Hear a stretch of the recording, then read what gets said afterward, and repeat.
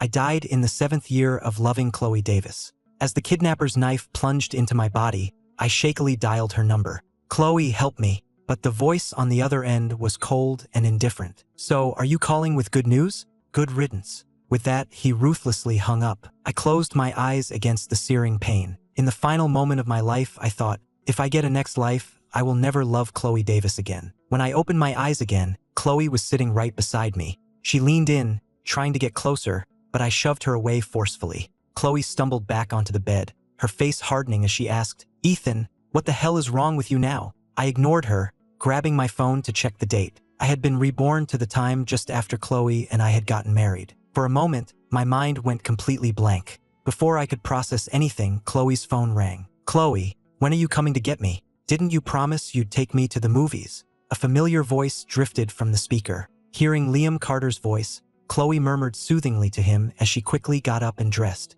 I'll be right there. I finally snapped out of it and grabbed her wrist, my voice still trembling slightly. Khloe, give me 20 minutes. I have something very important to do. Khloe frowned, yanking her hand away. What now? You demanded I sleep with you before I could see Liam. I did my part. Are you going back on your word? No. I took a deep breath and said, word by word, Khloe, I want a divorce. Khloe froze for a second, then let out a cold laugh. Ethan, what kind of game are you playing this time? I'm not playing games. This time, I'm serious about divorcing you. With that, I pulled out my phone, my fingers flying across the screen as I sent a message to my lawyer. After sending it, I turned the screen to her so she could see the cold, hard text. Mr. Jackson, I want a divorce. Draft the papers for me immediately. Khloe stared at the message, her eyes narrowing slightly. I looked at her, the face I had loved for so many years, and seeing it now felt like a knife twisting in my heart. I had loved Khloe Davis for 20 years. Ever since kindergarten, I trailed after her like a shadow she couldn't shake. But Khloe never gave me the time of day, always walking ahead with a stone-faced expression, never sparing me so much as a glance. Too many guys at school liked her, and I was too clueless to know how to get her attention, so I resorted to antagonizing her in every way I could think of. When it was her turn for cleaning duty, I'd throw trash in her section. When she gave a speech, I'd be in the audience making faces to distract her. When she played basketball, I'd secretly let the air out of her bike tires. Over time, we became the school's most notorious frenemies. I figured that even if Khloe didn't like me, at least she wouldn't like anyone else. Just being able to see her every day was enough for me. I thought things would go on like that forever, but that illusion was shattered the day Liam Carter showed up. I'll never forget that rainy afternoon. I was walking home from school like any other day when I saw my father with his arm shamelessly wrapped around a strange woman, a boy my age standing beside them. He brought the mother and son into our home and told my mother defiantly, "This is my first love. I was nobody back then, and my family forced us apart. Now that I've made something of myself, I have to fulfill this dream. Even though she's had a child with another man, I'm divorcing you to marry her." Every word was final, leaving no room for negotiation. My mother, who loved my father to death, cried the entire night. At dawn, when no one was looking, she jumped from the roof of our apartment building. Before a week had even passed since my mother's death, my father eagerly moved his first love into our home. From that day on, I hated my father, I hated his first love, and most of all,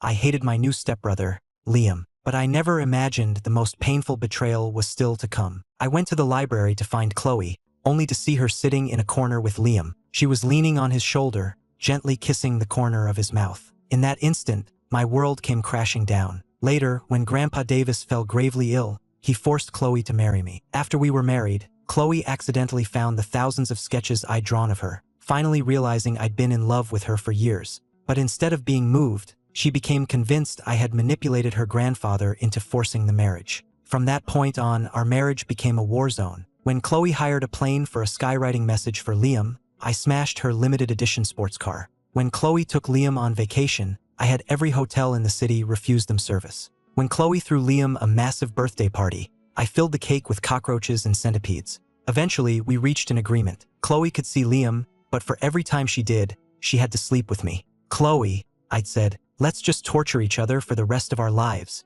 I smiled brightly, but inside, my heart was being torn apart. Only I knew that this mutual torture was just an excuse because I loved her too much to let her go. But it took dying once for me to finally understand that some love is doomed from the start. So this time I'm letting go. I'm letting Khloe, Liam, and all the soul-crushing pain disappear from my life for good.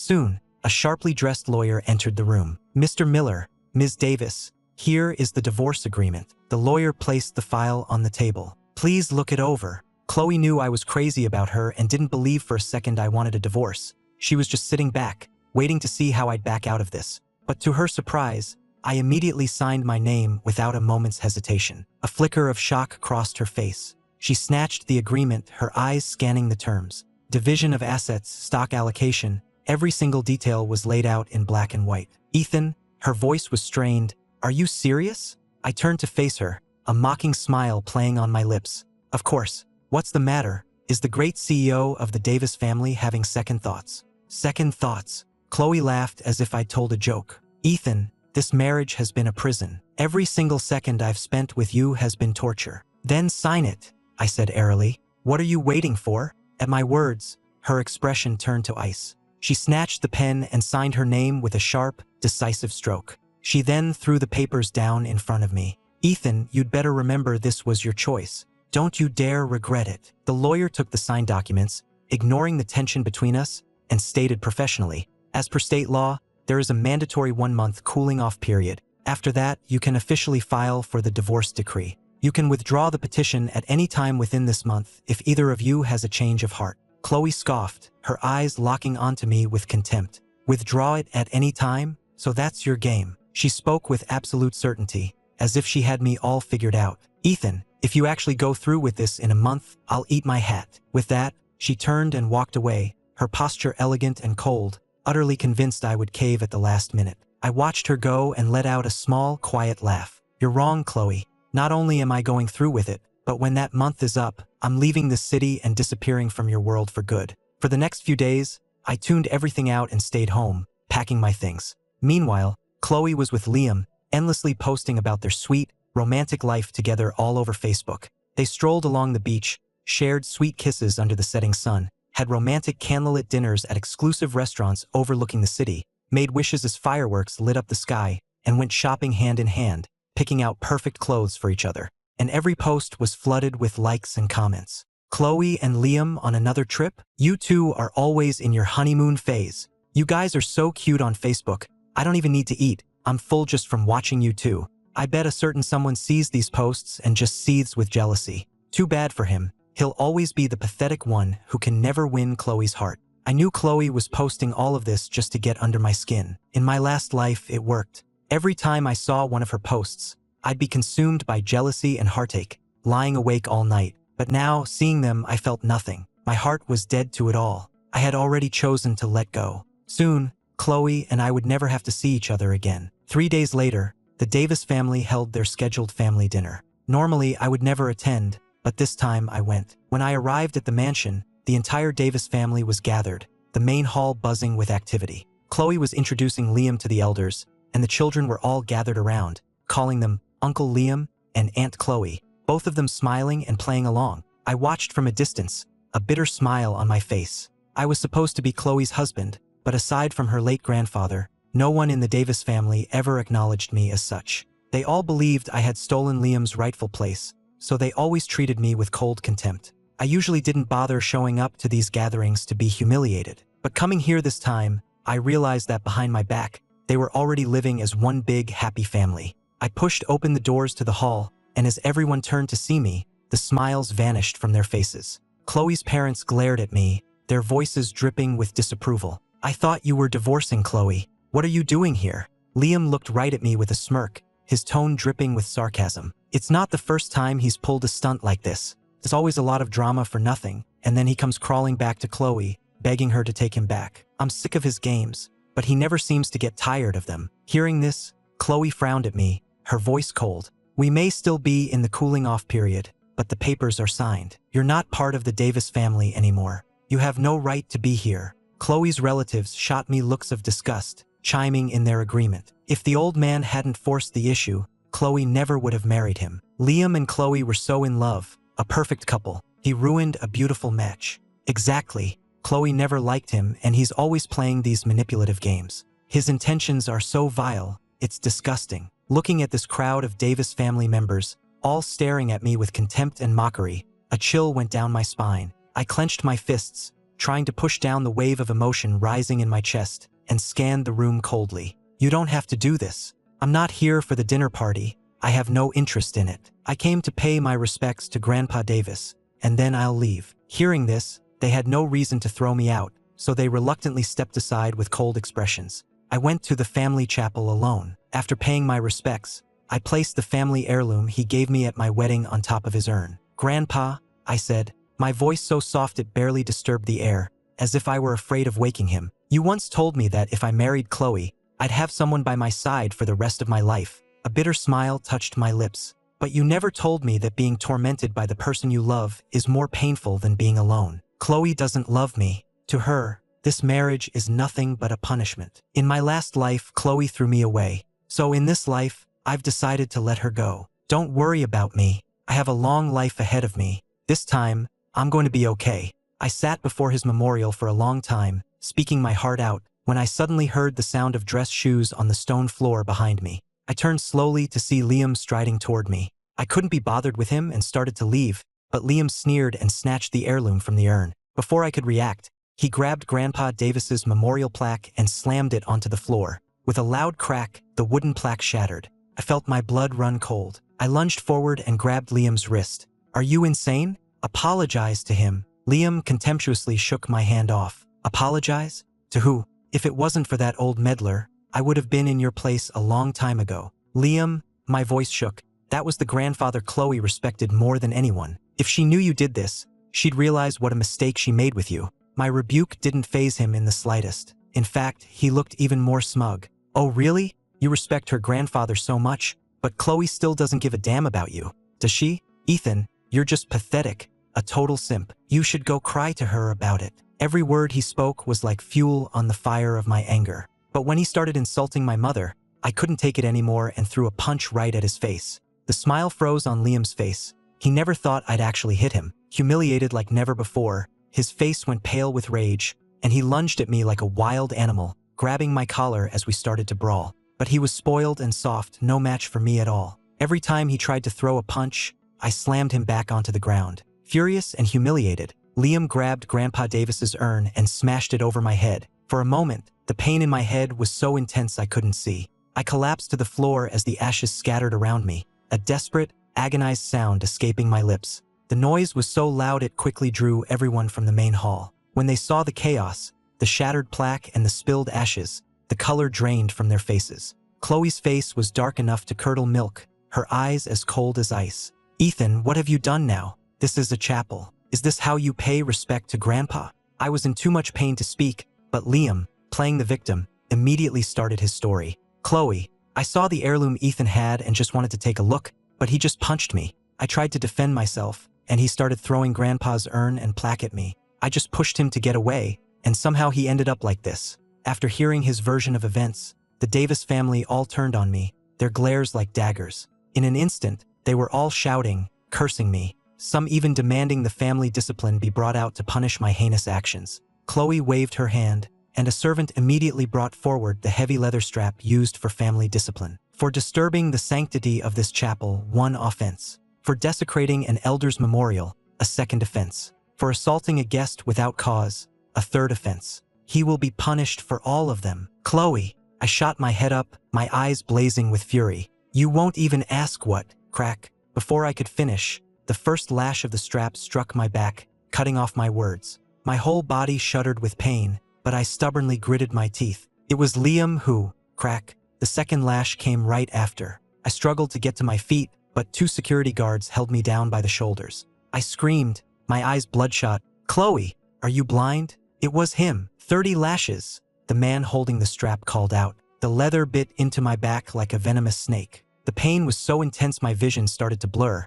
but I kept my head up, glaring at Khloe. 45. I saw Khloe gently fixing Liam's tie, her touch so careful, as if he were some priceless treasure. That sight hurt more than any of the lashes, and I tasted blood in my mouth. 60. As the final blow landed, I couldn't hold on any longer and collapsed. Just before I lost consciousness, I heard Khloe's icy voice say, "Get him out of here. Don't let him dirty the floor." When I opened my eyes again, I was lying on the cold, king-sized bed in our mansion. Everything was quiet, but the searing pain in my back was a stark reminder that those 60 lashes weren't a nightmare. They were a punishment delivered by Khloe herself. I tried to smile, but when I moved to sit up, the movement tore at the wounds. I sucked in a sharp breath, my eyes stinging. This was the woman I had loved for 20 years. I forced myself out of bed and shakily started to bandage my own back. I bit down hard on my lip as the antiseptic and gauze made contact with the raw wounds. By the time I finished, sweat had soaked through my shirt,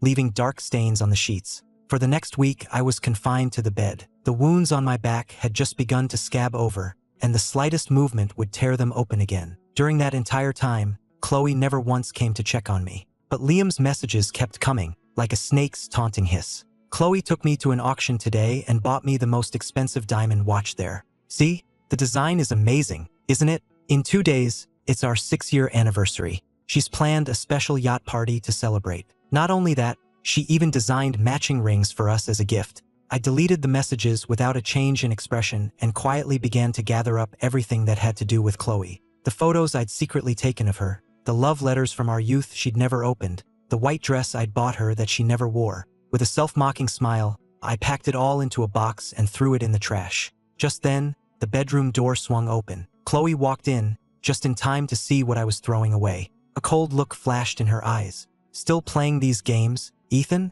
You even timed it for when I got home. You really put a lot of thought into this, didn't you? I didn't look up, just kept tossing things. You'll find out if it's an act in 15 days. You've got it marked down, have you? She sneered. I bet you're counting down the days. I am. I finally looked up, a genuine smile spreading across my pale face for the first time in ages. I'm counting down every single day until I'm finally free of you. At my words, Khloe's face darkened instantly. She strode toward me, her eyes filled with contempt. Ethan, you really think I'm going to believe that? Believe what you want. I looked her straight in the eye, my voice quiet but firm. Khloe, this time, I'm really done with you. For some reason, the resolve in my eyes seemed to shake her. She was about to say something, but just then, a video call from Liam came through on her phone. Khloe stared at me for a long moment before deciding not to waste any more time on me and heading into the study. Once I finished packing everything, I grabbed my bag and left. Today was my birthday, and just like every year, a few of my best friends threw a party for me. Laughing and joking around with them, I started to forget all my recent troubles and found myself genuinely smiling. But the good mood didn't last. Just as we were about to cut the cake, the door to our private suite was thrown open. Khloe walked in, followed by Liam and a group of her girlfriends. One of her friends looked around the room with a mocking expression. Oh, is this a birthday party? So sorry, but we're taking over this room now. Could you all please get out? Faced with these intruders, I paused with my champagne glass halfway to my lips, my knuckles turning white. Seeing the undisguised malice on their faces, I knew they were here to cause trouble, determined to ruin my birthday. My friends knew it too, but they stood their ground to protect me. Let's get something straight. We booked this room first. If anyone's leaving, it's you. Seeing us talk back, the women laughed and slapped a contract down on the table. Take a good look. Khloe just bought this entire building. She can kick out whoever she wants. So if you know what's good for you,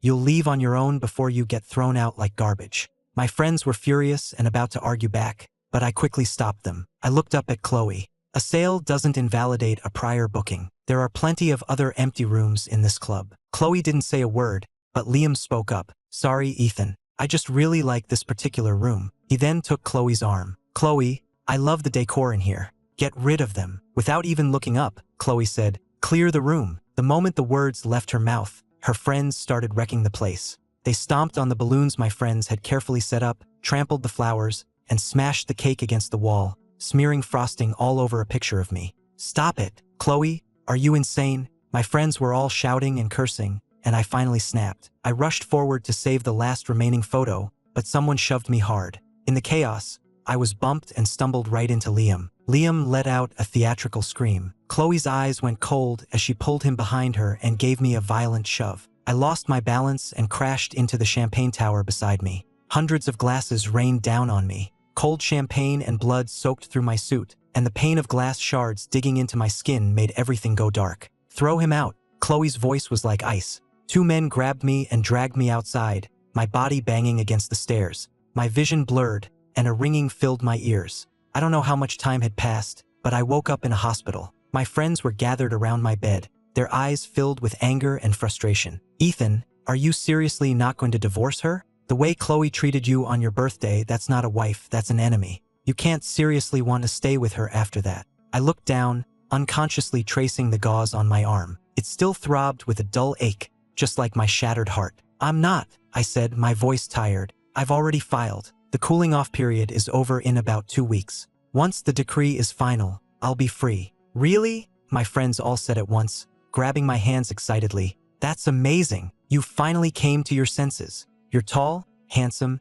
and you've given her everything for years, but she only has eyes for that loser Liam. She's completely blind. It's so good you're finally ending things with Khloe. I'm telling you, a guy like you can have any woman you want. After the divorce, I'll set you up with 100 gorgeous women, amazing bodies, beautiful faces. You can take your pick. They were joking around, not hearing the footsteps approaching the door. The door was suddenly pushed open, and as I looked up, my eyes met Khloe's cold, distant gaze. She scoffed. 100 gorgeous women? Really, Ethan? I was shocked to see her there, but I quickly composed myself. What's it to you? I never interfered when you went to see Liam, so whether I date other women, and how many, is none of your business. Khloe stared at me, a flicker of irritation in her eyes. You're right, it's none of my business. But I'd advise you to wait until the divorce is final. Otherwise, it's just trashy. I didn't back down, nodding in agreement. You're right, I'll wait until it's official. And you guys, I said to my friends, better have 7 beautiful women lined up for me,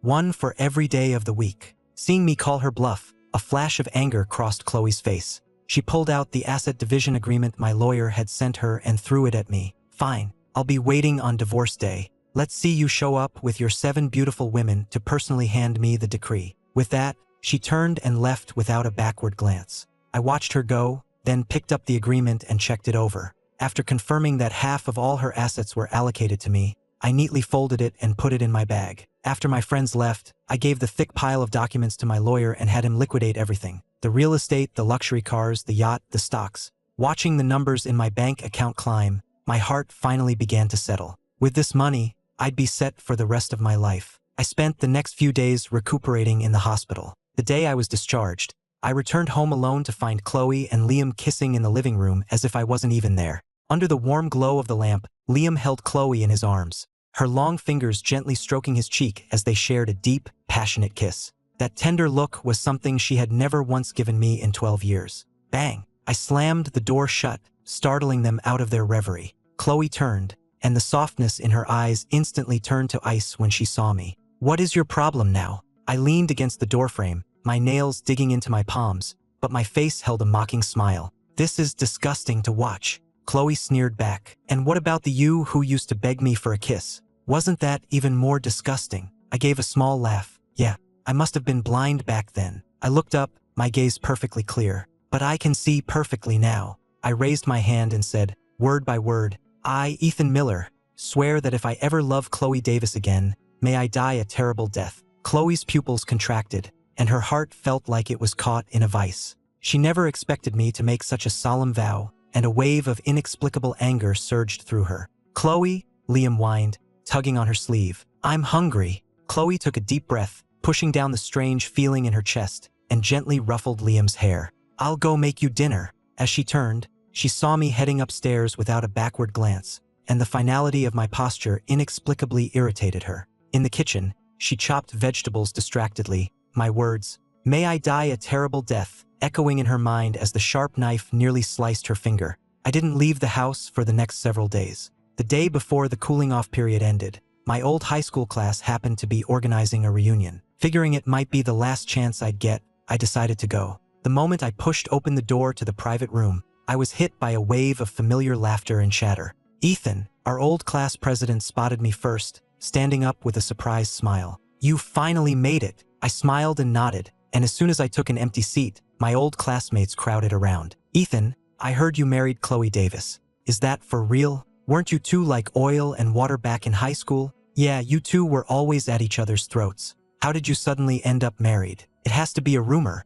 right? I unconsciously ran my finger along the rim of my glass, the cool sensation grounding me. I forced a calm smile. We did get married, but we're getting divorced now. My words fell like a stone into a quiet pond, and the entire room went silent. My classmates exchanged awkward glances, the smiles frozen on their faces. Someone cleared their throat. Another pretended to be intensely interested in their drink. The air grew thick with tension. After a long moment, someone sighed. What a shame. They were the only couple from our class that actually got together. Another couldn't help but ask, why the sudden divorce? You were so into Khloe, weren't you? Maybe other people didn't see it, but I did. The only reason you were always fighting with her was to get her to notice you. Who says no one else saw it? I totally saw it. Me too. I was stunned. I never realized that my feelings, which I thought I'd hidden so well for so many years, had been so obvious to so many people. How could you guys tell? The question opened a floodgate of memories, and suddenly everyone was talking at once. Wasn't it obvious? Sophomore year, those guys who were jealous that Khloe was prom queen and valedictorian started spreading nasty rumors about her. When you heard, you went and punched every single one of them. You were terrifying. And that's not even the half of it. When your mom died, you were a complete mess. But the second you heard Khloe was in a car accident and needed blood, you ran to the hospital and donated so much you passed out. And remember on our senior trip, when Khloe dropped her camera in the lake, it had all her files for that big academic competition on it. You jumped into that freezing water without a second thought. It was the middle of winter. You ended up in the hospital with a fever for 2 weeks after that. Who would do that if they weren't completely in love? Hearing these long-buried memories being dredged up, my chest felt tight. All those feelings from my youth that I had tried so hard to forget were now flashing before my eyes like a movie reel. I gripped my glass, my knuckles white. My throat felt tight, like I couldn't get a single word out. "Excuse me," I said, getting up abruptly. "I need to use the restroom." I splashed some water on my face and headed back. As I reached for the door, I saw Khloe standing there, watching me with a complex expression. "Those things they were just saying," she asked, her voice low and resonant. "Was all of that true?" My heart seized, as if an invisible hand were crushing it. I forced a cold smile to my lips. "And what if it was? Does it matter? The person you love is Liam, isn't it?" Khloe's brow furrowed almost imperceptibly. I didn't wait for an answer, just brushed past her. I'd seen my old friends, and now that she was here, I had no desire to stay. After saying a quick goodbye to everyone, I left alone. But just as I stepped out of the hotel, Khloe's car pulled up right in front of me. The window rolled down, revealing her elegant profile. "Get in," she said, her voice devoid of emotion. "I need to talk to you." I silently opened the back door and got in. The car was filled with a faint, clean fragrance, a scent I had once been obsessed with. But now, smelling it again, I felt nothing at all. We were in the same car, but it felt like there was an invisible wall between us. For a long time, neither of us spoke. It wasn't until we reached our familiar gated community that Khloe finally broke the silence. "This divorce," she began, her long fingers tightening on the steering wheel. "How long are you going to drag this out?" For the first time, I heard a note of anxiety in her voice. I was taken aback for a second, then I scoffed. "What am I dragging out? Khloe, are you deaf? I'll say it again. I'm serious about." A shrill ringtone cut me off. Khloe answered the phone, and Liam's panicked, tearful voice filled the car. "Khloe, I'm at the Eclipse Lounge, room 1201. You have to come help me." The color drained from Khloe's face. She yanked the steering wheel, the tires screeching as she floored the accelerator. The car skidded to a stop in front of the lounge, and Khloe practically flew out of the door. I followed her up to the 12th floor, only to find a room elaborately decorated for a romantic confession. Rose petals covered the floor, and candles flickered everywhere. In the corner, Liam was backed against the wall, his expensive suit jacket crumpled. Standing before him was a woman in a long dress, a wild look in her eyes. A small knife in her hand glinted under the lights, and her voice was hoarse. "Liam, Khloe is married. She can't give you a future. I've loved you for so many years. Why won't you just give me a chance? If you don't say yes today, then we'll both die right here." When he saw Khloe in the doorway, Liam looked as if he'd been thrown a lifeline. "Khloe, you're finally here. This is Sarah Jennings. She's trying to force me to be her boyfriend, and she says she'll kill me if I refuse. You have to help me." The woman, Sarah, spun around. The moment she saw Khloe, her eyes widened and she became even more agitated. "Khloe Davis, don't you come any closer, or I swear I'll hurt you." Khloe wasn't afraid for herself, but she was terrified Sarah would hurt Liam. She held up her hands and took a few steps back, trying to keep her voice calm. "Sarah, I know you like Liam, but he doesn't feel the same way. You can't force him into a relationship like this.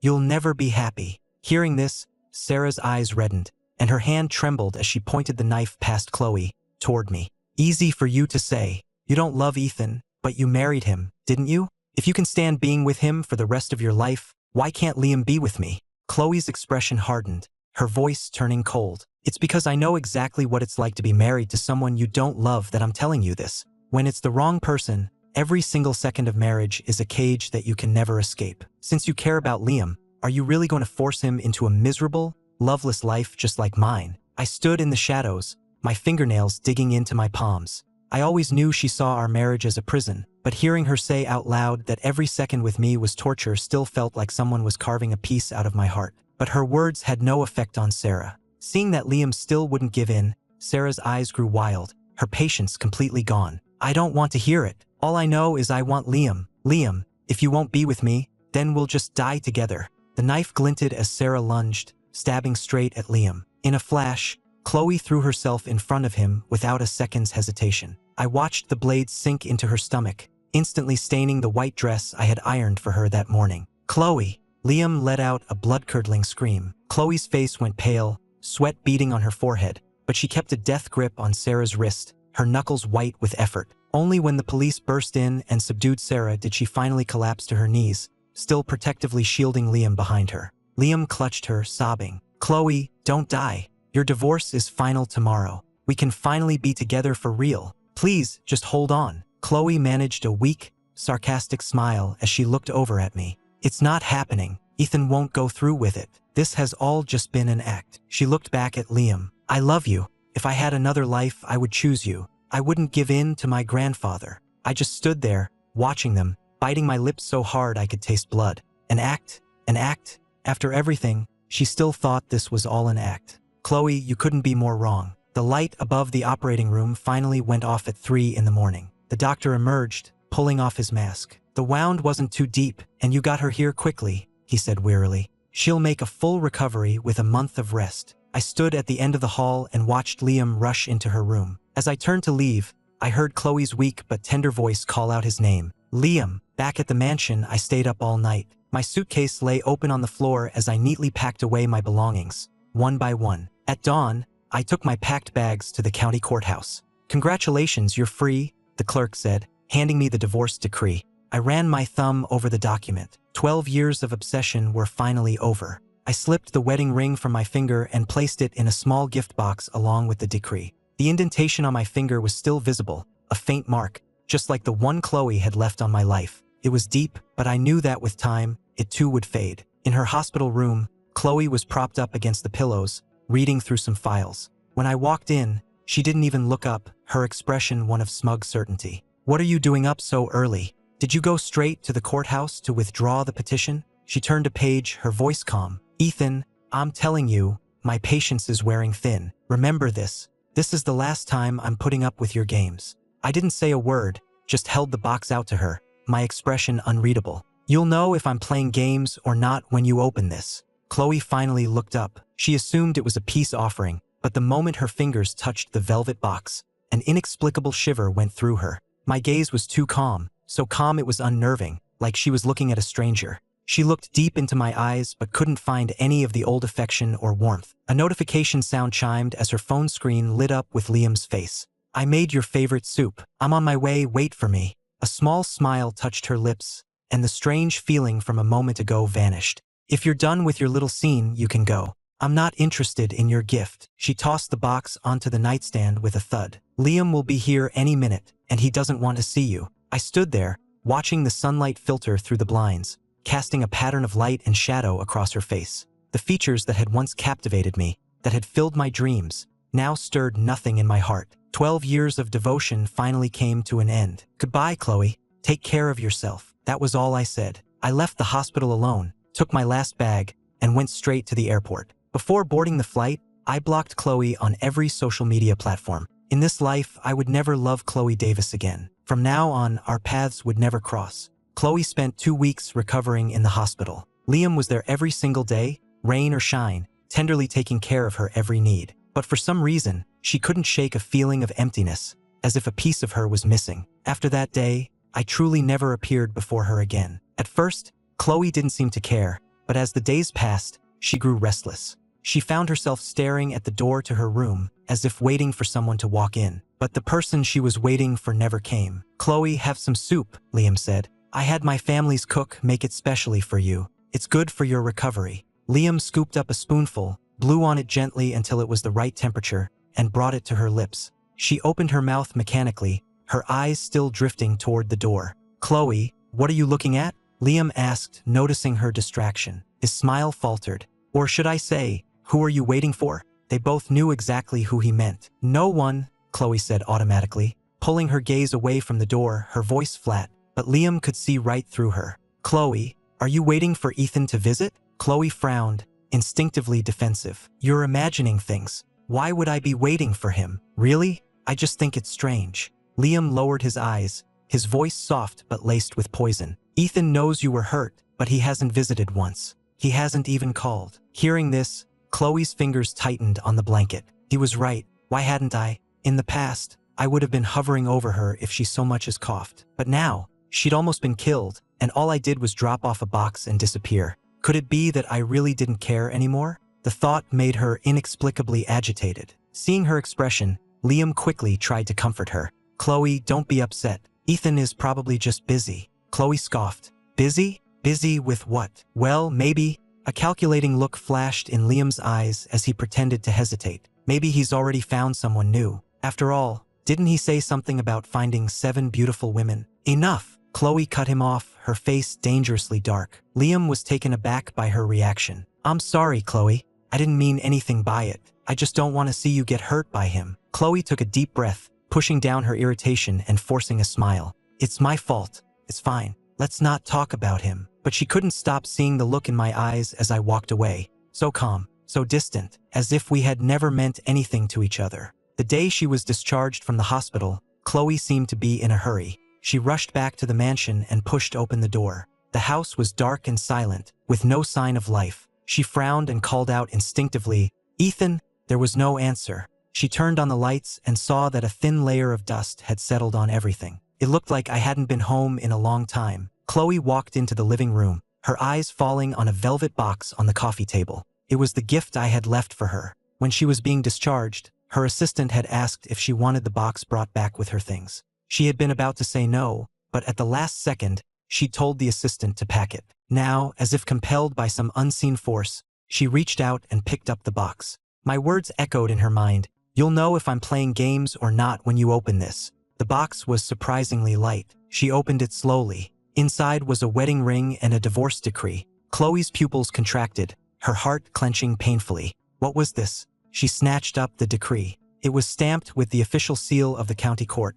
dated the very day she had been injured. Khloe stared at the document, her fingers trembling uncontrollably. So Ethan hadn't been acting? He wasn't just playing games? Was he really, truly done with me? Khloe stood frozen in the entryway, clutching the divorce decree so tightly her knuckles were white. The official document gleamed under the light, the court's red seal like a searing brand, declaring their marriage officially over. She read it over and over, even wondering if I had somehow faked it. But the raised seal under her thumb felt undeniably real. All those years of emotion, could he really have let them go just like that? The thought echoed in her mind again and again. Khloe took a deep breath, forcing herself to calm down. She immediately grabbed her phone and called her assistant, her voice sharp. "Find Ethan Miller's whereabouts. Now, flights, trains, hotel records, pull up everything you can find." The assistant had never heard Khloe sound so frantic and immediately got to work. But the reply that came back half an hour later sent a chill through Khloe's entire body. "Ms. Davis, Mr. Miller left the country on an international flight a month ago. The destination is unknown. All of his social media accounts have been deleted, and his phone number and domestic bank accounts have all been closed."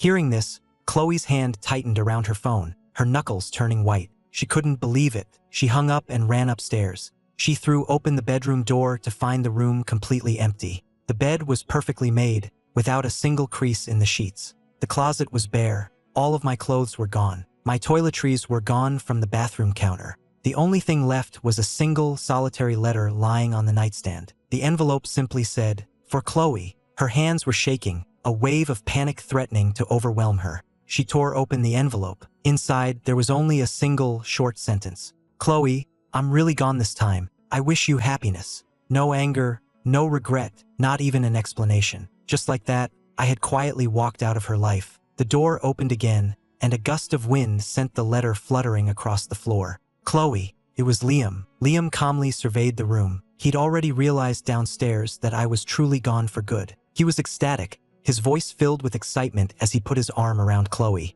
"Khloe, this room gets the best light. We should make this our bedroom." He took her hand, a handsome smile on his face, his words barely concealing his impatience. He had been waiting for this day for a very long time. Khloe snapped back to reality. Seeing Liam's triumphant expression, she just gave a distracted her eyes drifting to the armchair by the window. "That used to be my favorite spot. I loved to curl up there and read. In the afternoons, with the sheer curtains drawn, the soft sunlight would catch the tips of my hair, outlining them in gold." But now the chair was empty. Liam didn't notice her distraction. Taking her grunt as a yes, he had his bags moved in that same afternoon. He enthusiastically directed the staff to replace the curtains and furniture. The armchair was the first thing to go. He even had them replace the dinnerware I had so carefully chosen with a set that he preferred. "This dinnerware is so dated. It doesn't suit you at all," he sneered, tossing the bone china plates I had collected into the trash. Watching them shatter, Khloe felt an unexpected pang in her chest.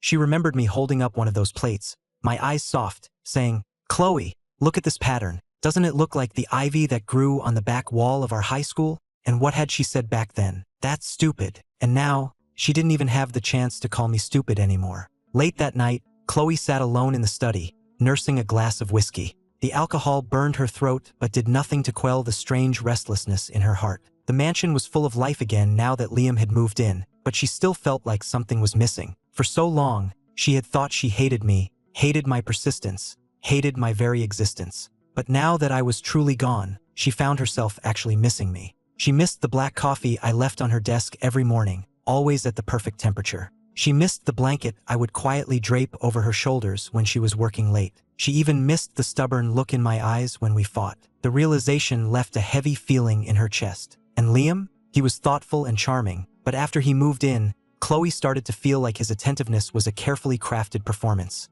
Every move a calculated play. Like right now, she stood at the window, watching him smiling as he directed the gardeners below, having them plant the expensive cedar trees he liked. At his feet lay the uprooted remains of the dogwood saplings I had planted, now trampled into the dirt. As if sensing her gaze, Liam looked up at her, his smile as handsome and perfect as ever, like it had been precisely calculated. She suddenly realized she might never have truly known him at all. The next day, while tidying the study, Khloe accidentally knocked over a stack of files. An old, worn notebook slid out from between them. She was confused. She didn't remember ever owning a notebook like this. Khloe bent down, picked it up, and opened it to the first page. "Khloe skipped breakfast again today. I secretly slipped a sandwich into her desk. I hope she doesn't find out it was me." Khloe's breath caught in her throat. Was this Ethan's journal? Why hadn't he taken it with him? With trembling fingers, she kept reading. "Khloe sprained her ankle in dance class. I secretly put some pain cream in her locker,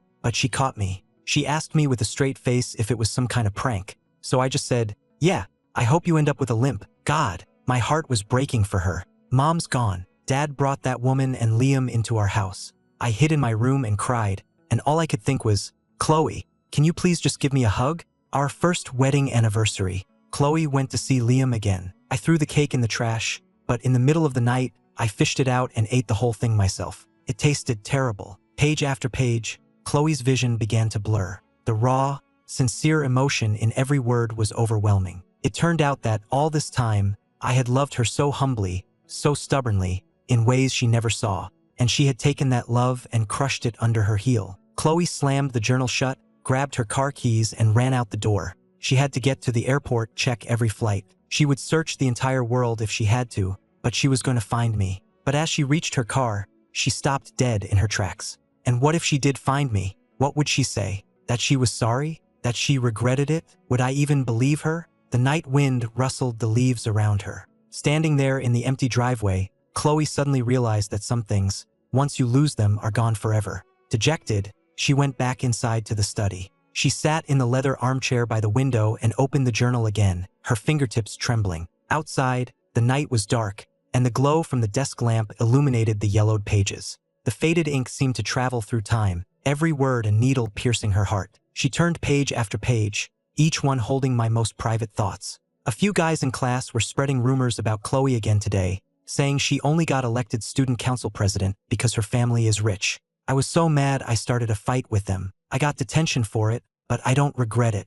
Who the hell do they think they are, talking about her like that? Khloe's breath caught. She remembered that day. She'd seen me after school with a black eye, serving detention in the hallway, and she'd sneered at me. Fighting again? Ethan? Can you stop acting like such a delinquent all the time? And I had just looked at the floor and said nothing. It had been for her. Her throat tightened as she continued to read. Khloe was in a car accident. The hospital was short on her blood type. I went to donate, and the nurse said I was giving too much, that it was dangerous. But Khloe needed it, so I kept going until they had enough. I passed out. When I woke up, they told me she was out of danger. I was so relieved. Khloe's hand clenched, crumpling the page in her fist. The car accident. She remembered the doctor telling her when she woke up that a boy from her school had donated blood for her. But when she'd asked who, the doctor had just said it was a classmate who wanted to remain anonymous. It was me. I had nearly passed out for her, and I never even got a thank you. Her chest felt like it was being crushed, the pain so intense she could barely breathe.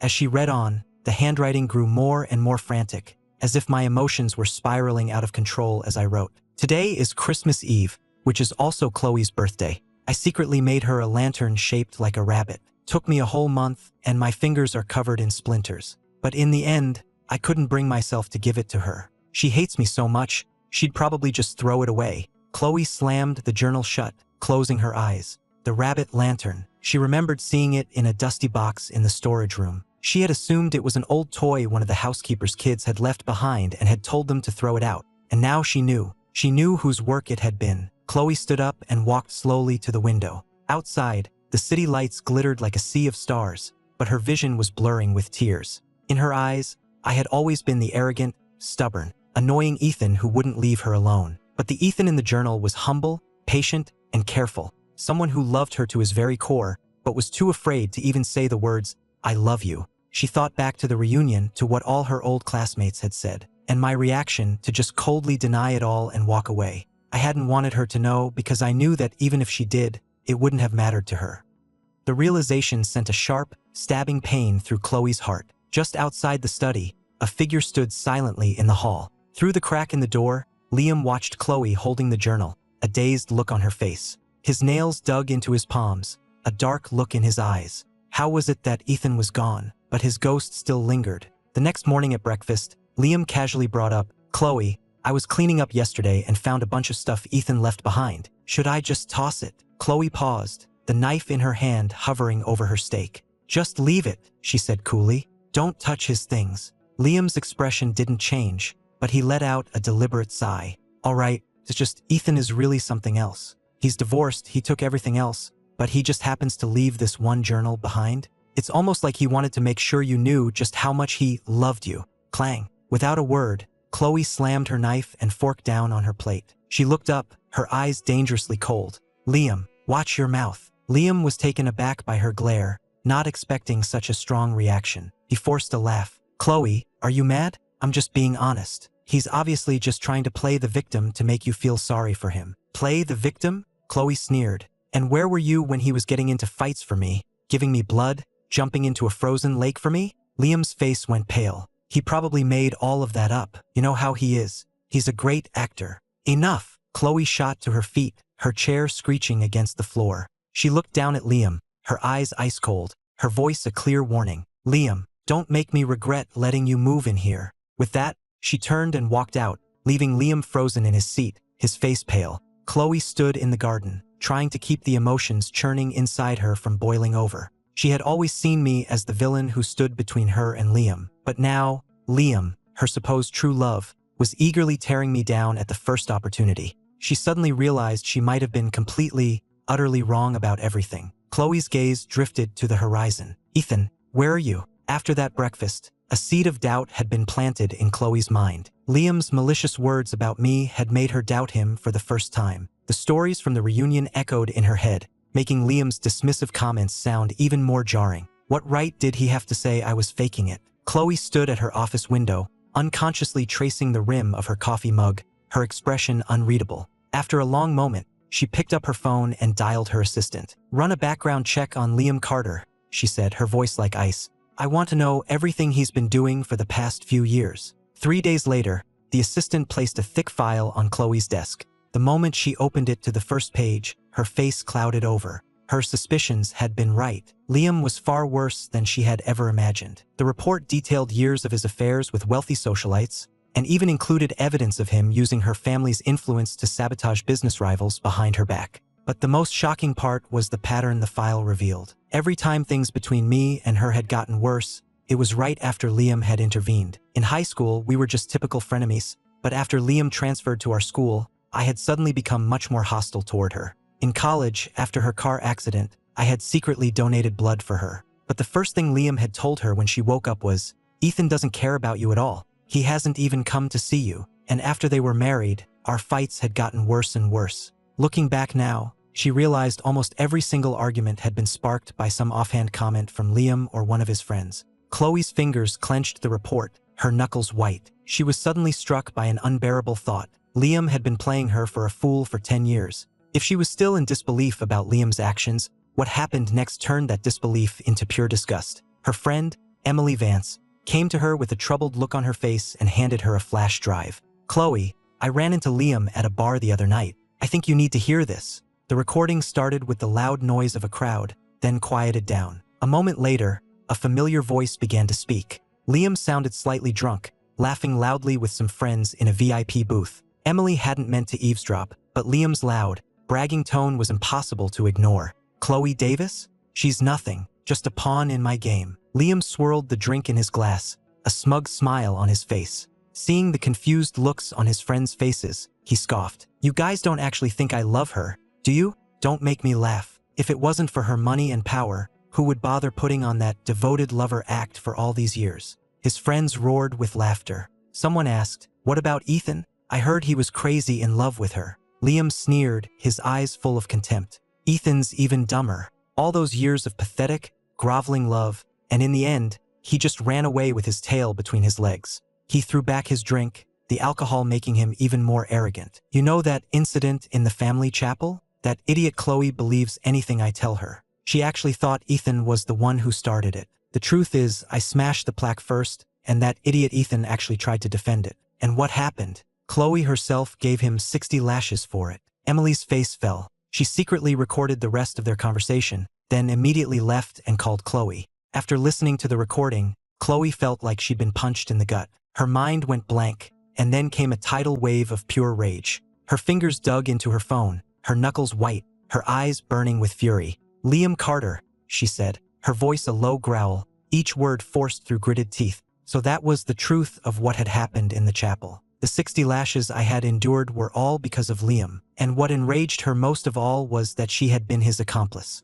Khloe remembered that day, remembered me collapsing in a pool of my own blood, remembered me trying to explain through the pain. My eyes read, Liam started it, but she had been so sure I was lying, trying to frame Liam, that she hadn't even given me a chance to speak. She had destroyed my love for her with her own 2 hands. Khloe shot to her feet and swept a bottle off the table, sending it crashing to the floor. A sharp pain shot through her hand as a shard of glass cut her finger, but she barely felt it. Compared to the pain in her heart, a small cut was nothing. That night, Khloe returned to the mansion with her security team and went straight to Liam's room. The moment he opened the door, before he could even smile, one of Khloe's bodyguards grabbed him by the throat and slammed him against the wall. "Liam," she said, her voice colder than the grave. Liam's eyes widened in terror, his face turning red as he gasped for air. As the grip tightened, his face began to turn purple. "Khloe, what are you doing? Tell him to let me go." Khloe sneered and signaled for the guard to release him. Then she played the recording. The color drained from Liam's face.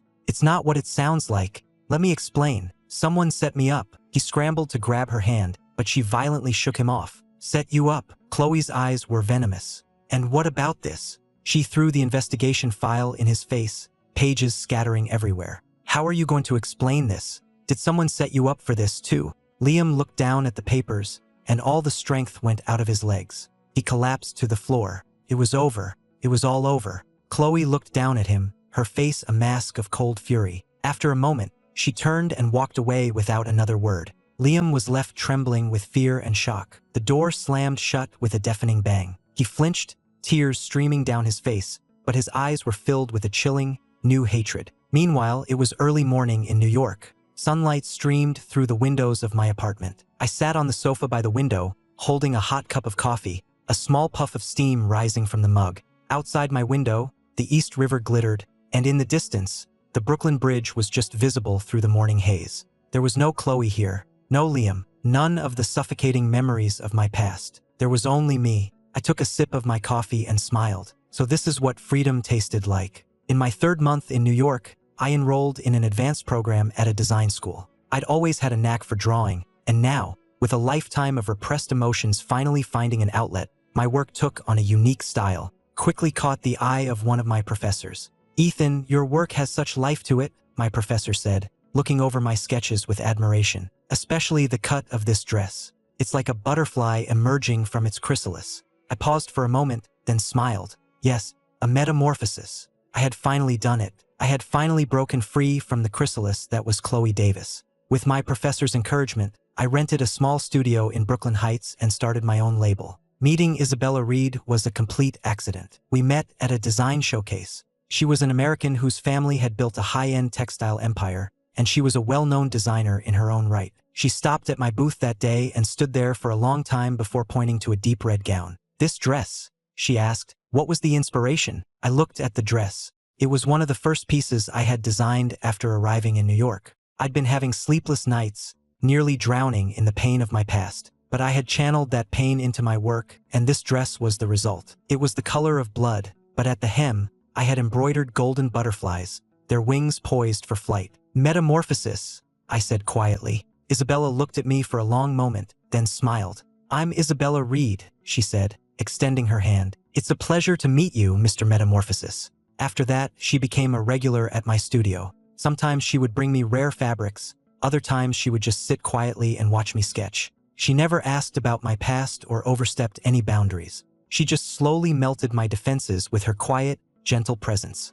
"Ethan," she said one evening, "there's an International Fashion Week next month. My label has a spot. Would you like to be a part of it?" I was stunned. It was the kind of opportunity most designers only dream of. I looked at her, and all I saw in her eyes was genuine admiration and encouragement. There was no pity, no ulterior motive, just pure faith in my talent. My eyes welled up. "Okay," I said. I threw myself into preparing for Fashion Week. The day before it started, I was on 5th Avenue looking for accessories when I ran into a familiar face. "Ethan?" he exclaimed, his eyes wide. I was taken aback for a second before I recognized him. "Leo? Oh my God, it really is you," Leo Thompson said, clapping me on the shoulder excitedly. "What are you doing in New York? You look." He looked me up and down, his eyes wide with surprise. I was a completely different person from the gloomy, quiet boy he remembered from high school. I was wearing a simple white shirt and jeans, and my face had a healthy glow. But the biggest change was in my eyes.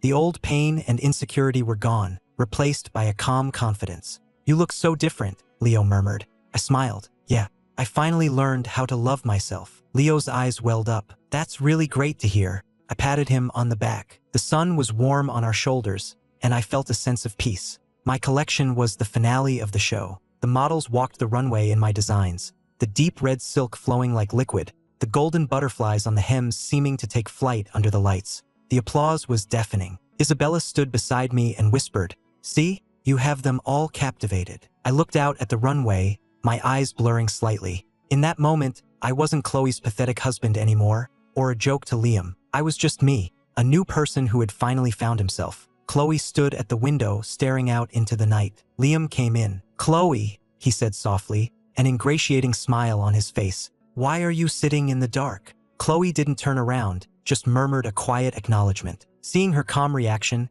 Liam moved closer, reaching for her hand, but she subtly pulled away. "Busy at work?" he asked, pulling his hand back, a flicker of unease in his eyes. Khloe finally turned to face him, a ghost of a smile on her lips. "A little." She reached up and gently stroked his cheek, her voice soft and cool. "What's wrong? Did you miss me?" Liam was stunned for a moment, then a look of pure joy spread across his face. She hadn't been this warm to him since their fight. He knew it. He knew Khloe couldn't stay mad at him forever. "Of course I missed you," he said, pulling her into an embrace, his voice sweet. "You've been ignoring me. I thought you were really mad at me." Khloe looked at him, her eyes like chips of ice, but her voice was as smooth and sweet as honey. "How could I be?" she murmured with a low laugh. "I was just preparing a special gift for you." Liam smiled, wrapping his arms around her waist. Their shadows stretched out on the floor, merging into one. A week later, Carter Enterprises was suddenly facing a massive cash flow crisis.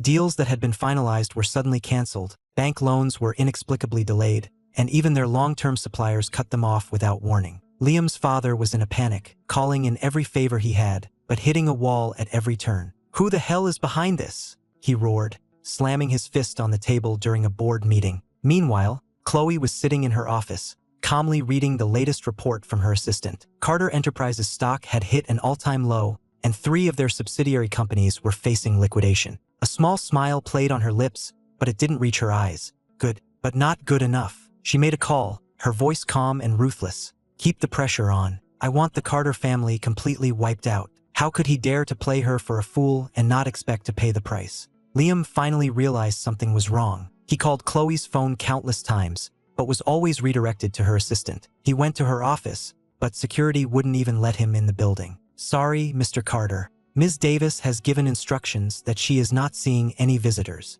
Since when was he a visitor? Liam panicked. He finally understood that Khloe's sudden warmth had just been a ploy to make him let his guard down. He frantically scrolled through his contacts, trying to find anyone who could help him. But the same friends who had once fawned over him were now avoiding him like the plague. "Liam, it's not that I don't want to help, but Ms. Davis has made her position very clear. No one is going to cross her. Mr. Carter, there's really nothing I can do. You're on your own." In desperation, Liam went straight to Khloe's mansion and knelt on her doorstep, crying, "Khloe, I know I was wrong. Please spare my family. I'm begging you." The gates slowly swung open. Khloe stood at the top of the steps, looking down at him. "Khloe!" Liam scrambled forward and grabbed the hem of her pants, his face a mess of tears and dirt. "I really know I was wrong. I'll never lie to you again. Please, forgive me." Khloe slowly crouched down and tilted his chin up, forcing him to meet her gaze. "Liam," she asked softly, "do you know what my biggest regret is?" Liam shook his head, trembling. Khloe smiled, a smile that sent a chill down his spine. "My biggest regret is not seeing you for the snake you are much, much sooner." She let go of him and stood up, her voice like ice. "You made me lose the only person who ever truly loved me, and for that, I'm going to make you pay." Liam sat there, stunned, his face ashen. "You can't do this. Khloe, I love you. I really do." Khloe turned and walked away, her final words hanging in the air. "And that's a shame, because your love is worthless." A month later, Carter Enterprises officially declared bankruptcy. Liam's father was arrested for corporate fraud. Liam sold off all his luxury goods, but it wasn't nearly enough to cover the massive debts. He stood in front of his family's once magnificent mansion, watching as the bank put foreclosure notices on the doors, and finally fell to his knees in despair. Khloe stood at her window, a glass of whiskey in her hand. The amber liquid swirled in the glass. Outside, the city lights glittered and the traffic flowed endlessly, but inside her world, all the color had drained away. The Carter family was ruined. Liam was disgraced, drowning in debt, a social pariah. She should have felt satisfied. So why did she feel even emptier than before? She threw back the rest of her drink, the harsh liquor burning her throat, but doing nothing to warm the chill that had settled deep in her heart. In the boardroom of the Davis Corporation, the executives exchanged worried glances. At the head of the table, Khloe's hair was a mess, her eyes were bloodshot, and she tossed the file in her hand onto the table. "You're bringing this trivial nonsense to me?" she sneered, her voice hoarse. "What exactly do I pay you all for?" The boardroom was silent. No one dared to speak. It was the 3rd time this month Khloe had flown into a rage during a meeting. Ever since I left, she had become a different person. She was drinking heavily, her temper was explosive, and she was neglecting her work. The company's stock was plummeting, and the shareholders were furious, but no one dared to confront her directly. Her assistant cautiously handed her a file. "Ms. Davis, these are the quarterly reports. They need your signature." Without even looking at them, Khloe grabbed a pen, scribbled her signature, and said, "Get out." The assistant fled as if she'd been granted a pardon. Alone in her office, Khloe opened a drawer and pulled out a photograph. It was our wedding picture. In the photo, I was wearing a white tuxedo, my smile bright and full of hope. She was stone-faced, as if the marriage was the greatest shame of her life. Looking at it now, she realized she was the one who had been the fool. Late one night, drunk, Khloe called the private investigator she had hired. "Did you find him?" she slurred, her voice raspy. There was a pause on the other end. "Ms. Davis, Mr. Miller's travel records have been intentionally wiped. We can't track his location." "Useless!" Khloe screamed, throwing her phone against the wall, the screen shattering on impact. She staggered to her feet, grabbed her car keys and ran out. The apartment I had lived in before we were married was still in her name, empty. No one had dared to touch it. Khloe used her spare key to open the door, and the smell of dust and disuse filled the air. Nothing inside had been changed. The sweater I always wore was still draped over the back of the sofa. The design magazine I'd been reading was still on the coffee table. My favorite apron was still hanging on its hook in the kitchen. It was as if I had just stepped out and would be back any minute. Khloe's knees gave out, and she sank to the floor. A wave of alcohol and regret washed over her, and her vision blurred. "Ethan," she whispered, her voice choked with sobs. "I was wrong. Please, come back." In the empty apartment, only her own echo answered. At dawn, Khloe woke up on the cold floor. Her head was pounding from the alcohol, but her memories of the night before were painfully clear. Khloe slowly got to her feet, took one last look around the apartment full of memories, and gently closed the door. If she could find me, and if I would give her just one more chance, she would spend the rest of her life making it up to me. Winter in New York always arrives without warning. I pulled my wool scarf tighter, my breath fogging the window pane. The heat in my studio was broken. I rubbed my frozen fingers together and went back to sketching the designs for my new collection. After Fashion Week, my career had exploded. Invitations and collaboration offers were flooding my studio. I never seemed to have enough time anymore. I was bent over my drafting table, the only sound the scratching of my pencil on paper, when the doorbell suddenly rang. Surprise! Isabella stood in the doorway, snowflakes dusting the shoulders of her black coat, holding 2 steaming cups of coffee. The tip of her nose was red from the cold, and tiny droplets of melted snow clung to her eyelashes, sparkling like diamonds in the morning light. "I heard a certain designer was burning the midnight oil again," she said, handing me one of the cups, her fingers brushing against the back of my hand. "Double caramel, half and half." I was taken aback. That was an old habit from my school days, one that even Khloe had never remembered. As the cup warmed my hands, I noticed a lopsided butterfly drawn on the sleeve. "Did you draw this?" "You can't tell." Isabella leaned in closer, pointing. "Here are the wings, and here are the antennae." She was close, and I could smell the scent of pine and cold snow on her coat. I suddenly noticed a tiny mole on her right earlobe, hidden beneath her dark hair like a secret star. "Your coffee's getting cold," I said, quickly looking down and taking a sip. When I looked up again, she reached out and wiped a bit of foam from the corner of my mouth. Her warm thumb brushed my lip for just a second, and our eyes met. We both froze. Outside, the first snow of the winter began to fall silently. The night before the Spring Fashion Week show, a sudden thunderstorm rolled in. I was standing at the entrance to the convention center, wondering what to do, when a black umbrella appeared over my head. "I knew you'd forget your umbrella," Isabella said, her right shoulder already soaked. "Come on, my car is just across the street." The rain was running in rivers across the pavement, and Isabella picked her way carefully in her heels. Suddenly, her foot slipped, and she fell right into my arms. "Careful!" I caught her, one arm around her waist. The umbrella tilted, and cold rain splashed onto our sleeves. Through the damp fabric of her coat, I could feel the warmth of her body and the steady rhythm of her heart. Thump, thump.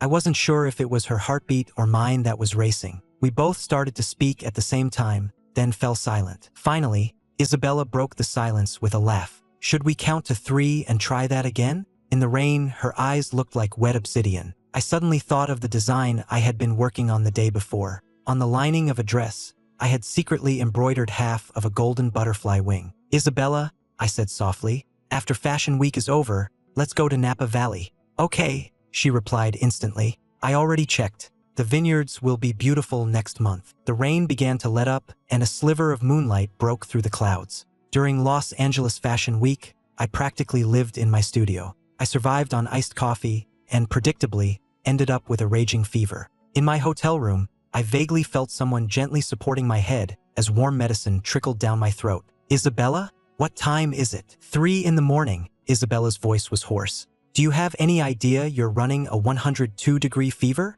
I managed to open my eyes and saw her in a wrinkled dress, with dark circles under her eyes. The nightstand was littered with medicine boxes and cold compresses. "You haven't slept? A certain patient keeps kicking off his blankets," she said, wiping my sweaty forehead with a cool cloth. "And he wouldn't stop talking in his sleep while clinging to my arm." I was suddenly wide awake. I was talking in my sleep? Isabella suddenly leaned in, so close I could count her eyelashes. "Ethan," she said, looking seriously into my eyes, "I tested a theory. Cursing out your ex does, in fact, help break a fever." Your temperature actually went down a little after the 7th time you did it. I burst out laughing, but my laughter quickly died down, and my eyes started to burn. Isabella gently pulled me into a hug, resting her chin on my shoulder. It's okay for men to cry, you know. Go ahead. I've got plenty of dresses. The California sun in Napa Valley was brilliant. Isabella stood in the middle of a vineyard, watching as a group of local kids tried to teach me how to weave a crown out of wildflowers. I was clumsy and kept breaking the stems, so I finally just bribed them with candy, which made them all laugh. Miss Designer, I said, walking over to her with my hands behind my back. Close your eyes. The moment she closed her eyes, she felt me place something gently in her hair. Okay, you can open them. I held up my phone so she could see the crooked wildflower crown I tucked behind her ear. It's hideous, she laughed, reaching up to take it off, but I caught her wrist. Wait, I pulled a small box from my pocket and opened it to reveal a delicate bracelet. The inside of the clasp was engraved with a single word, Rebirth. Isabella held out her wrist for me to put it on her. In the distance, we could hear the children laughing as the rows of grapevines swayed in the breeze. I stood at the window of my studio, holding a gold-embossed invitation. Aura, one of the top jewelry brands in the country, was inviting me to be the artistic director for their new collection. Isabella came in holding 2 cups of coffee. Seeing me staring into space, she asked softly, "Still thinking about it?" I snapped out of it, my fingers tracing the edge of the invitation. I never thought I'd go back. Isabella handed me a coffee, the warmth of the cup spreading through my hands. Are you afraid of seeing her? I was quiet for a moment, then I smiled. No, I said, shaking my head. I was just wondering what, exactly, I have to be afraid of anymore. Outside, the wind caught a leaf and sent it spinning onto the windowsill. When I looked up again, my eyes were clear and determined. I couldn't hide forever. When the plane landed in my old city, I felt a moment of disorientation. 3 years had passed. The airport looked the same, but I was a completely different person. Mr. Miller, an assistant from the company, greeted me warmly. Welcome back. The director wanted me to take you to your hotel to get settled in. We can discuss the details of the collaboration tomorrow. I smiled and nodded, following him to the car. The city flashed by outside the window, familiar storefronts and buildings blurring past. This place had once held all of my love and all of my pain, but now it felt like a closed book, its pages holding no power over me. When Khloe heard I was back in the country, she was in the middle of a meeting. Her assistant rushed in and whispered something in her ear. Her pupils contracted, and the pen in her hand clattered onto the documents in front of her, leaving a small spatter of ink. Are you sure it was him? She asked, her voice raspy. Her assistant nodded. The car Aura sent to pick him up was parked right outside our building. A lot of people saw him. Khloe shot to her feet, and the boardroom fell silent. Meeting adjourned, she said, and ran out of the room. Khloe sped across town, screeching to a halt in front of the Aura headquarters. Just as she got out of her car, she saw a familiar figure walking out of the revolving doors. It was me. I was wearing a simple, elegant white suit that made me look tall and confident. I looked calm, self-assured, and completely out of her reach. Khloe's breath caught in her throat. She started to move toward me, but another woman stepped into her path. The 2 women locked eyes, and the air between them crackled with tension. Get out of my way, Khloe said, her voice like ice. Isabella didn't move. He doesn't want to see you. Khloe's fists clenched, her eyes turning red. And who the hell are you to stop me? Isabella sneered back. And who are you? The woman who broke him? What right do you have to even be near him? The words were like a knife twisting in Khloe's heart. Her fists clenched so tight her knuckles cracked, but she had no response. From across the street, I seemed to sense the commotion and turned to look in their direction. Khloe's breath caught in her throat. I was looking at her, but a second later, my gaze shifted away, as if she were just another stranger on the street. I got into the waiting car, and it pulled away from the curb. Khloe stood frozen, a chill spreading through her. I didn't even hate her enough to look at her. Khloe! Isabella's voice snapped her back to reality. If you have any decency at all, you'll leave him alone. Khloe glared at her, her eyes red. And who are you supposed to be? His new girlfriend. Who I am doesn't matter, Isabella said calmly. What matters is that he's happy now. Without you in his life, he's finally learned how to love himself. As night fell, Khloe found herself standing outside my old apartment building. The 3rd-floor window was dark. There was no light left on for her anymore. Finally, she slumped against the wall, staring up at that dark window. Ethan, she whispered, but the wind carried her voice away. Khloe stood in the corner of the hotel lobby, her knuckles white. For 3 days, she had been frantically tracking my schedule, and had finally learned I would be attending a private dinner here tonight. She didn't know why she was here. Maybe it was pride. Or maybe it was because she couldn't stand the thought of me being completely out of her life. The elevator doors chimed open, and I walked out, holding Isabella's hand. I was wearing a dark, tailored suit, a diamond pin glittering on my lapel, a slight smile on my face. I looked handsome, happy, and a million miles away. A sharp pain shot through Khloe's chest. She took a deep breath and walked toward me. Ethan. I stopped. I turned slowly, my eyes landing on her face. A flicker of surprise crossed my features before being replaced by a calm neutrality. Ms. Davis, I said with a slight nod, my tone the polite, distant one I would use with a business acquaintance. Khloe's throat felt tight. She took a step forward, reaching out her hand. Isabella frowned and instinctively moved to stand between us. But I gently patted her hand. Isabella, could you wait for me in the car? She looked like she wanted to argue, but after a look at my calm expression, she just nodded and walked away. We were the only two left in that part of the lobby, and an awkward silence stretched between us. Ethan, Khloe said, her voice hoarse, I need to talk to you. I watched her, my expression as calm and unreadable as still water. Go on. Khloe's fingertips trembled. She had played this moment out in her mind 1,000 times, but now that I was actually standing in front of her, she didn't know where to begin. I'm sorry, she finally said, her voice thick with a choked sob. For what happened in the chapel, for my birthday, for the divorce, for everything. I am so sorry. Her knees hit the hard marble floor with a thud. Please, forgive me. The lobby fell silent as dozens of eyes turned to stare at us. The powerful CEO of the Davis Corporation, kneeling on the floor before a man, utterly humbled. I looked down at her, my expression unmoved. Khloe, I said softly, some things can't be undone, no matter how sorry you are. She looked up, her eyes red and pleading. Is there really no chance for us? Her voice trembled, as if she were clinging to the last shred of hope. I just looked at her for a moment, and then I smiled. It was a faint, distant smile, but for Khloe, it was like a knife to the heart, because she could see in my eyes that there was nothing left for her there. There's no place for you in my future anymore. I turned to leave, but she lunged forward, grabbing my wrist. Ethan, she pleaded, please, give me one more chance. Just one. I stopped, but I didn't pull away or turn around. You know, I used to believe that if I just loved you enough, if I gave you everything I had, that one day you would finally see me. But then I realized, I said, slowly pulling my hand from her grasp, that's not how love works. Khloe remained kneeling on the floor, watching as I walked away, my back growing smaller and smaller. Her fingertips still felt the warmth from my wrist, but her heart was frozen solid. Outside, Isabella and I got into the car. Just as I ducked inside, a single sycamore leaf drifted down and landed on the window. Khloe suddenly remembered something from years ago, back when I was just a troublemaking kid. I had snuck a sandwich into her desk, and when she caught me, I had turned bright red and stammered, "It's not like I care about you. I just need someone to fight with, and you can't do that if you starve to death." If only time could turn back. If only she had understood her own heart sooner. But there are no if-onlys in this world. The black car pulled away from the curb and disappeared into the night. On a rainy autumn night, Liam Carter was curled up on the bed of a cheap motel. The glow of his phone screen lit up his gaunt face as news alerts popped up one after another. Carter Enterprises officially declares bankruptcy, billions in debt. CEO of Carter Enterprises arrested for fraud, faces minimum of 10 years.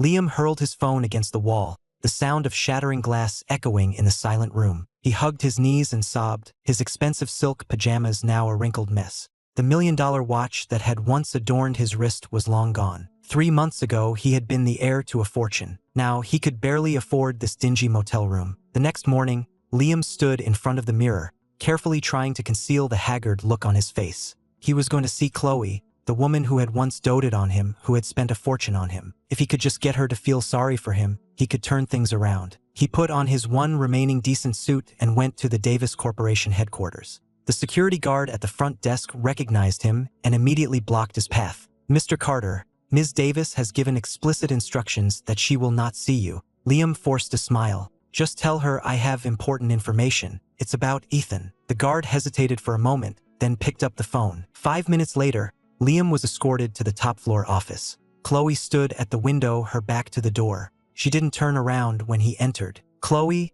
Liam began, his eyes already welling with tears, his voice choked. "I was wrong. I really know I was wrong." He stumbled toward her, reaching for her arm, but she moved away. "You said you had information about Ethan. What is it?" Her voice was like ice.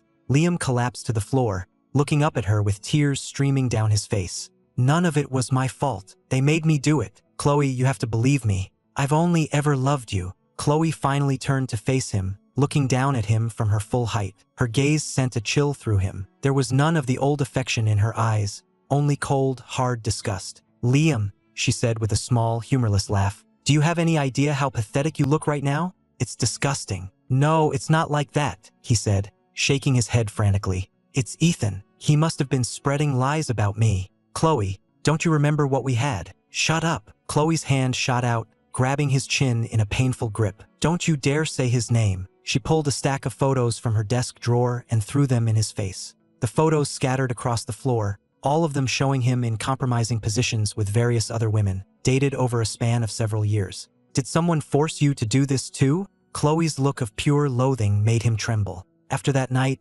Liam hit rock bottom. With no other options, he found himself in a seedy underground club. The manager, a woman with tired eyes, looked him up and down. You ever done this kind of work before? Liam clutched the fabric of his shirt, his nails digging into his palms. No, but I'm a fast learner. The manager scoffed and tossed him a revealing outfit. Change into this. You're on tonight. With trembling hands, Liam took the clothes and went into the dressing room. He looked at his reflection in the mirror, at his pale, drawn face and the dark circles under his eyes. All the polished good looks were gone. At 3 in the morning, in a smoke-filled private room at the club, Liam was being groped by a large, middle-aged woman. Her alcohol-soaked breath was hot on his neck. I hear you used to be some rich kid, the woman said with a greasy smile. So tell me, what's your price? Liam fought back a wave of nausea and forced a smile. You're too kind, Ms. Warren. The woman's expression suddenly soured, and she slapped him hard across the face. His head snapped to the side and he tasted blood. In the shadows, where no one could see, his expression twisted into a mask of pure hatred. If Khloe hadn't been so ruthless, he wouldn't be here. Meanwhile, in the boardroom of the Davis Corporation, the silence was deafening. The shareholders sat with grim faces, the reports in their hands crumpled into tight balls. Ms. Davis, the quarterly reports show a net loss of $3.7 billion. If this continues, then let it go bankrupt, Khloe said, leaning back in her chair and staring at the ceiling, her voice detached, as if she were talking about some other company. The boardroom erupted in chaos. Are you insane? This was your grandfather's life's work. Khloe, are you really going to destroy this entire company over a man? Khloe slowly rose to her feet. Her expensive dress hung on her frame, and she looked like a shadow of her former self. Without a word, she turned and walked out of the room. Behind her, she heard a cup shatter against the floor and the sound of angry shouting, but it was all just noise to her. Her world had already gone silent. Late that night, Khloe drove alone to the river. With the windows down, the cold wind whipped through her hair. On the passenger seat beside her was a manila envelope filled with clippings of all my recent work. From New York Fashion Week to the Aura jewelry launch, she had collected every single one. With a trembling finger, she traced my face in the photos. In every single one, I was smiling, happy. I was doing just fine without her. Khloe pulled out her phone and opened my Instagram page. The most recent post was from 3 days ago. The new collection, Rebirth, is launching soon. Thank you to everyone who has supported me. The photo was of me and Isabella, standing by the East River, our hands intertwined. Khloe's vision blurred. She slowly pressed down on the accelerator, the needle on the speedometer climbing higher and higher. The moonlight glittered on the surface of the river, like the beading on her wedding dress. Ethan, she whispered, letting go of the steering wheel. If there's a next life. The car shot forward like an arrow, crashing through the guardrail and plunging into the icy river below. We interrupt this program with breaking news. Early this morning, a black sedan went into the Hudson River. Recovery efforts are currently underway. The vehicle is registered to Khloe Davis, CEO of the Davis Corporation. In a basement apartment across town, Liam stared at the news on his phone and let out a wild, crazed laugh. She's dead. She's really dead. He laughed so hard that tears streamed down his face, smearing his heavy makeup. On the table lay a knife he had never had the chance to use. He hadn't gotten to kill her himself, but it didn't matter. She was in hell now, and that was enough. Liam grabbed a bottle and took a long swallow, then choked and started coughing violently. Detective Miller stared at the autopsy report, his brow furrowed. The cut on the brake line is clean. It was severed intentionally, the medical examiner said, pointing to a photo. This wasn't an accident. It was murder. Security footage quickly identified a suspect. 3 days before the crash, Liam had been seen in the parking garage of Khloe's building. He was wearing a baseball cap and carrying a tool bag, and he had spent a long time loitering near her car. When the police burst into the dingy basement apartment, Liam was laughing maniacally at the financial news on TV.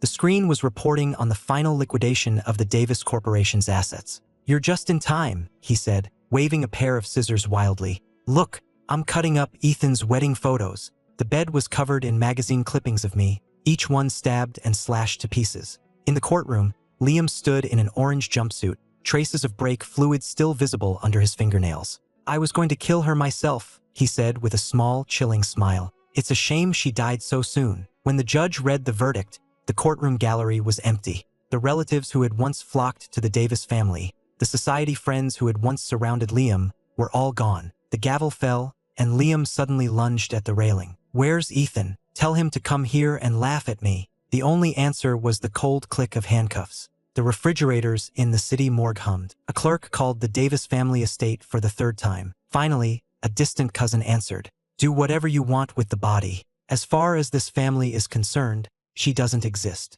The notification was forwarded to my address in New York, but Isabella returned it, unopened. On the final day, in a light drizzle, an intern at the funeral home pushed a gurney down a long, sterile hallway. A pale wrist was visible from beneath the white sheet. "It's a shame," the intern said to the crematorium operator. "I heard she used to be someone really important." The operator pushed a button. "Doesn't matter who you are. In the end, everyone turns to ash." At a natural burial ground in the hills outside the city, a worker mixed her ashes with wildflower seeds and scattered them to the wind. 3 months later, it was New York Fashion Week. My new collection, Phoenix, was the finale of the show. The models wore gowns the color of fire, and at the hem of each, a phoenix embroidered in gold thread looked ready to take flight. At the end of the show, the entire audience gave a standing ovation. Backstage, Isabella pinned a brooch to my lapel. It was one half of a golden butterfly's wing. "I have the other half," she whispered. "Together, they make a whole." The sycamore trees along the East River were sprouting new green leaves.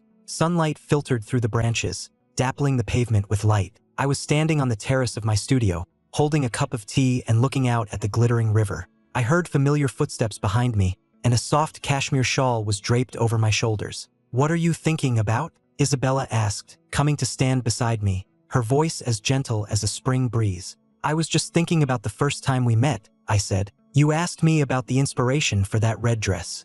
Isabella raised an eyebrow. "Metamorphosis." "Yeah," I said, looking out at the distant shape of the Brooklyn Bridge. Looking back, I think maybe even then you already knew. Before I could finish my thought, Isabella pulled out a small velvet box. A diamond ring glittered in her palm. "Ethan," she said, her voice a little thick, "I'm not very good with words, but I want to spend the rest of my life showing you that every second of your future deserves to be filled with love." The diamond on the ring caught the light, sending out brilliant flashes. I realized then that true happiness isn't about grand gestures. It's about finding the right person and a love that's true. I held out my hand as a tear fell onto the diamond. Yes, we were married in Brooklyn Heights. It wasn't a big, extravagant affair, just our closest friends and family. I wore a suit I had designed myself, with golden butterflies embroidered on the lapels that seemed to flutter in the sunlight. Isabella stood under a sycamore tree, a single green leaf resting on her shoulder. When it was time to exchange rings,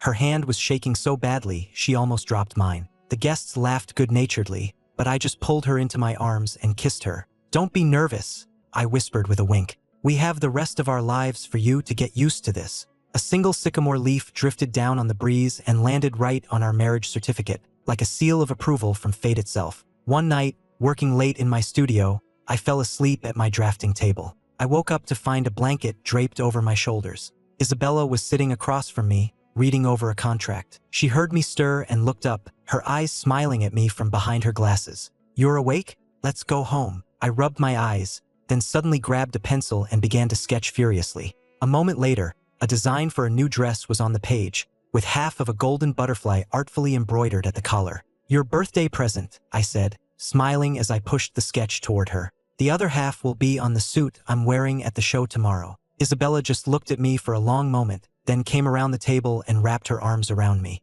"Mr. Designer," she said, looking up at me, "are you trying to announce to all of New York that I'm yours?" Outside, the faint sound of music drifted up from a boat on the river. The happiness I felt in that moment was enough to wash away all the pain of my past.